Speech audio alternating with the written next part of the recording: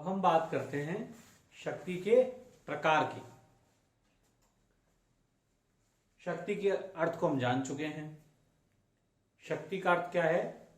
दूसरे के मस्तिष्क और कार्य को हम इस प्रकार नियंत्रित कर लें कि हम उससे अपने अनुकूल कार्य करवा सकें। उदाहरण के लिए मान लो मैं दूसरों से अपनी इच्छा अनुसार कार्य करवा लूं, दूसरों के कार्यों को और मस्तिष्क को इस प्रकार नियंत्रित कर लूं कि मैं जैसा उनसे कार्य करवाना चाह रहा हूं ऐसा यदि मैं कार्य करवा सकूं, इसका मतलब मैं शक्तिशाली हूं, मेरे पास शक्ति है। शक्ति इस प्रकार दूसरों के व्यवहार को अपने अनुकूल मोड़ने की क्षमता, दूसरों के व्यवहार को प्रभावित करने की क्षमता है, वो क्या कहलाती है? शक्ति कहलाती है। और मैं पहले बता चुका हूं, जैसा कि हॉब्स कहते हैं कि मनुष्य जीवन पर्यंत शक्ति के संघर्ष में लगा रहता है, शक्ति को प्राप्त करने में लगा रहता है। किसी को सम्मान की इच्छा है, किसी को धन की इच्छा है, किसी को कोई पद पाने की इच्छा है। इस शक्ति के बहुत सारे रूप हैं और हर व्यक्ति कहीं न कहीं इस शक्ति को प्राप्त करने में लगा हुआ है, ऐसा हॉब्स मानते हैं। और जीवन की अंतिम क्षण तक, जब तक मनुष्य जीवित है, इस शक्ति को प्राप्त करने में लगा हुआ है, हॉब्स के अनुसार। और मॉर्गेनथाउ, जो अंतरराष्ट्रीय राजनीति के महत्वपूर्ण विचारक रहे हैं, उन्होंने कहा है कि पूरी दुनिया एक धुरी पर घूमती है, वो है शक्ति। शक्ति के चारों ओर ही पूरी दुनिया घूम रही है। हर व्यक्ति, हर देश, हर समूह शक्ति प्राप्त करने में लगा हुआ है। तो इस प्रकार शक्ति राजनीति विज्ञान की महत्वपूर्ण अवधारणा है। आधुनिक राजनीति विज्ञान की यह महत्वपूर्ण एक अवधारणा है। और शक्ति के अर्थ के बारे में पूरी की वीडियो में बता चुका हूं। और हम बात कर रहे हैं शक्ति के प्रकार की। शक्ति के कई सारे रूप हैं। एक है शारीरिक शक्ति। एक व्यक्ति, उदाहरण से बताने की कोशिश कर रहा हूं। दो व्यक्तियों में आपसी संघर्ष हो गया। एक व्यक्ति दूसरे व्यक्ति से जब लड़ने की कोशिश करता है तो वो हमेशा दूसरे को एक जो शारीरिक बनावट है उसे मन में एक समझ लेता है कि मैं उससे लड़ना चाहिए अथवा नहीं लड़ना चाहिए। यदि उसका शरीर हष्ट-पुष्ट है सामने वाले का और वो उससे ज्यादा मजबूत है तुलनात्मक रूप से, तो वो संघर्ष से बचने की कोशिश करेगा। लेकिन दूसरी ओर यदि वो खुद को ज्यादा मजबूत पाता है सामने वाले कैंडिडेट की तुलना में, तो ज्यादा उससे संघर्ष करने के लिए आतुर रहेगा यदि दोनों में लड़ाई होती है। तो कहीं की शारीरिक शक्ति बहुत प्रभावशाली है। दुनिया के देशों में हम देख लीजिए, अमेरिका के पास सैन्य शक्ति बहुत बलशाली है, उसकी राजनीतिक शक्ति बहुत प्रभावशाली है। उसके पास जो संसाधन हैं उनके कारण ही जो अमेरिका है बहुत ज्यादा पावरफुल, बहुत ज्यादा शक्तिशाली माना जाता है। तो कहेंगे शारीरिक शक्ति बहुत अत्यंत महत्वपूर्ण और निर्धारक तत्व है। दूसरा है मनोवैज्ञानिक शक्ति, मन को नियंत्रित करने की शक्ति। उदाहरण के लिए कई व्यक्तियों में शक्ति देखने को मिलती है। कई बड़े बड़े राजनीतिक नेतृत्व हुए हैं जिनके पीछे लाखों लोगों की भीड़ चला करती थी। महात्मा गांधी जी मनोवैज्ञानिक शक्ति के प्रणेता, जिनके शब्द जो थे वो लोगों में एक आजादी के प्रति जो ललक पैदा कर दिया करते थे।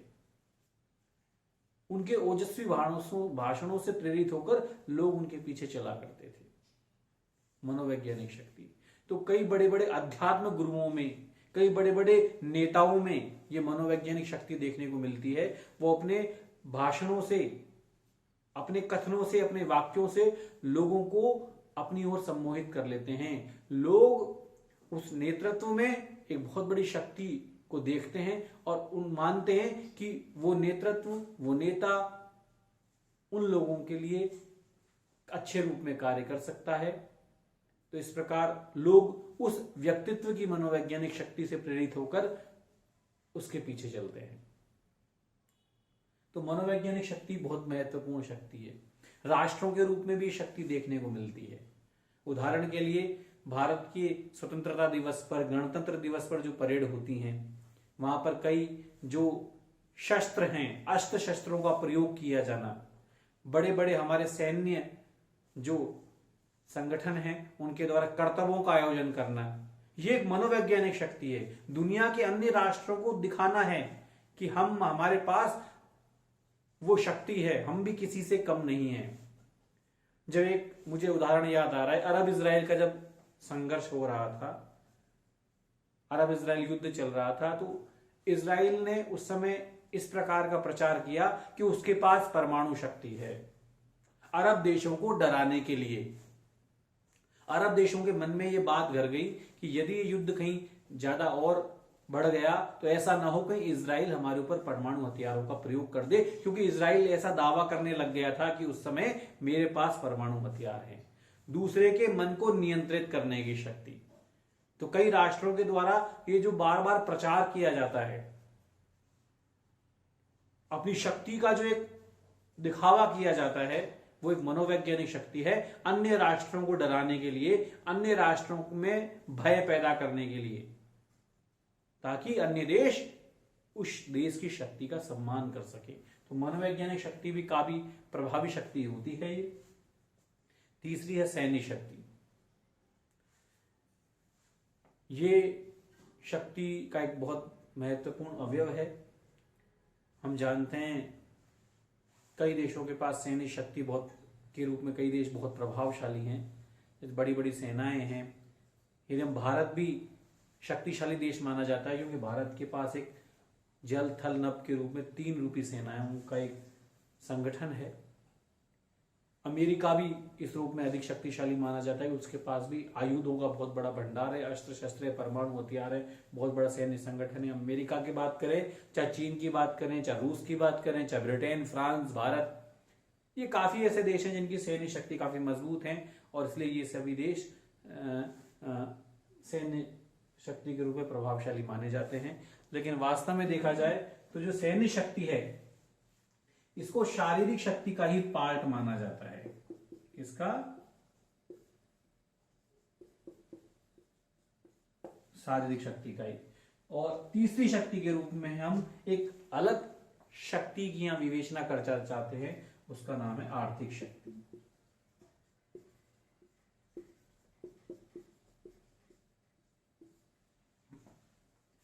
इस प्रकार जो सैन्य शक्ति है, मैंने जब शारीरिक शक्ति के बारे में आपको बताया था तो इस सैन्य शक्ति का भी उल्लेख वहां पर किया था। इसीलिए सैन्य शक्ति शारीरिक शक्ति का भाग है। दूसरी है मनोवैज्ञानिक शक्ति, और तीसरी है आर्थिक शक्ति, अर्थ की शक्ति, धन की शक्ति। आज हम जापान को एक वैश्विक महाशक्ति के रूप में मानते हैं। क्यों? आर्थिक शक्ति के कारण। इसके अलावा जो अन्य जो कई छोटे छोटे देश हैं, वो सैन्य शक्ति के रूप में अधिक प्रभावशाली नहीं है, लेकिन वो आर्थिक शक्ति के कारण ही विश्व पर राज कर रहे हैं। कई हम मुस्लिम कंट्रीज की बात करें तो वो आर्थिक रूप से काफी सुदृढ़ हैं। अरब देशों की बात करें तो वो आर्थिक शक्ति है उनके पास, धन है उनके पास। जापान जैसे देश, दक्षिण कोरिया, सिंगापुर जैसे देश, आसियान जो देश हैं, वो कहेंगे आर्थिक शक्ति के कारण ही खुद को विश्व में स्थापित कर रहे हैं। तो ये 3 प्रकार की शक्ति, सैन्य शक्ति को हम शारीरिक शक्ति के अंदर ही लेंगे।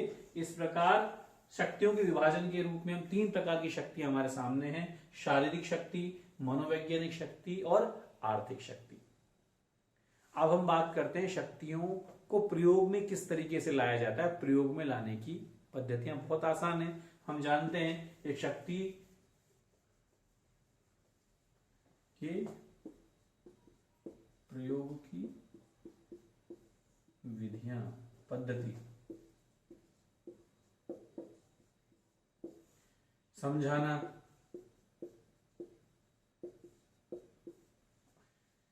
यह भी एक शक्ति का प्रकार है। दूसरा प्रलोभन, को लालच देना उसे, यह भी एक शक्ति का प्रकार है। तीसरा दंड, और चौथा है बल।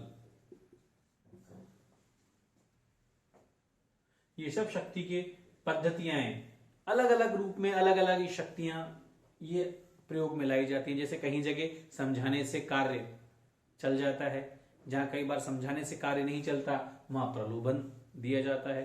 प्रलोभन से भी कई जगह ऐसा संभव है, प्रलोभन से भी कार्य न चले तो कई जगह दंड का प्रयोग किया जाता है, भय पैदा किया जाता है। और चौथा है बल। कई बार बल का प्रयोग भी करना पड़ता है ताकि आपकी शक्ति को सिद्ध किया जा सके। इस प्रकार शक्ति के प्रयोग की विधियां हैं। अब एक प्रश्न हमारे सामने उपस्थित होता है कि शक्ति साधन है या साध्य है?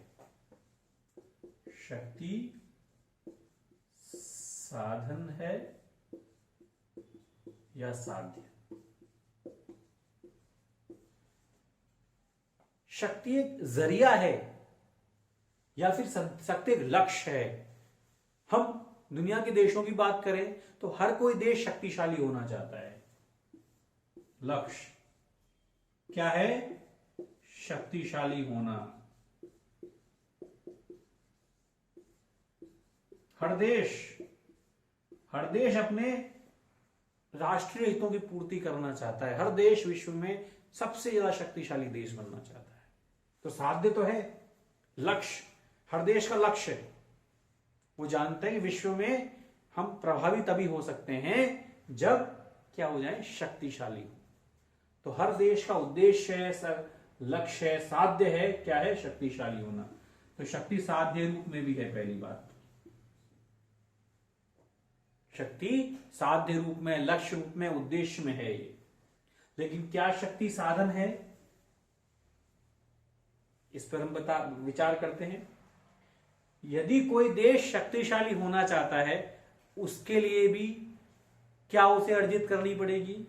यदि कोई देश शक्तिशाली होना चाहता है तब भी उसे क्या अर्जित करनी पड़ेगी? शक्ति। शक्ति से ही क्या बनेगा? वो शक्तिशाली। वो उसे शक्ति अर्जित करनी पड़ेगी और उस शक्ति जब वो अर्जित करेगा तभी वो शक्तिशाली हो पाएगा। उदाहरण के लिए अमेरिका ने जब द्वितीय विश्व युद्ध के दौरान जापान के ऊपर परमाणु हथियारों का प्रयोग किया तो विश्व में ये एक भय व्याप्त हो गया कि अमेरिका के पास परमाणु हथियार है। तो उसके ने परमाणु हथियारों की शक्ति अर्जित की और इससे क्या हुआ? वो शक्तिशाली हो गया। तो शक्ति क्या है? एक साधन भी है। शक्ति एक साधन है और शक्ति साध्य भी है। हर देश शक्ति से ही शक्ति प्राप्त करना चाहता है ताकि क्या हो सके? वो शक्तिशाली बन सके। तो शक्ति एक जरिया भी है। यदि कोई देश शक्ति प्राप्त नहीं करेगा, उदाहरण के लिए कोई देश परमाणु हथियारों की टेक्नोलॉजी प्राप्त नहीं करेगा, उसके पास अस्त्र शस्त्र की टेक्निक नहीं है या उसके पास आर्थिक संसाधन नहीं है, यदि उसके पास शक्ति नहीं है तो कोई भी दूसरा देश उसे शक्तिशाली नहीं मानेगा। तो उसके पास शक्ति होना भी जरूरी है खुद को शक्तिशाली सिद्ध करने के लिए। इसलिए शक्ति साधन भी है और शक्ति साध्य भी है। साध्य इस रूप में क्योंकि हर देश शक्तिशाली होना चाहता है, लेकिन शक्तिशाली होने के लिए उसे उसके पास शक्ति होना भी जरूरी है। इसलिए शक्ति साध्य भी है और शक्ति साधन भी है। और इस प्रकार शक्ति राजनीति की एक महत्वपूर्ण अवधारणा है। शक्ति का सामान्य अर्थ में बता चुका हूं, दूसरों के कार्यों और मस्तिष्क पर इस प्रकार नियंत्रण कि वो हमारे अनुकूल सिद्ध हो सके, वो हमारे अनुकूल कार्य कर सके। दूसरों के व्यवहार को अपने अनुकूल जो मोड़ने की जो क्षमता है वो शक्ति कहलाती है। दूसरों के व्यवहार को प्रभावित करने की क्षमता और उनको अपने अनुकूल मोड़ने की जो क्षमता है वो शक्ति है। और शक्ति आधुनिक राजनीति विज्ञान की एक महत्वपूर्ण अवधारणा है। बिना शक्ति की अवधारणा को समझे बगैर हम राजनीति विज्ञान को नहीं समझ सकते।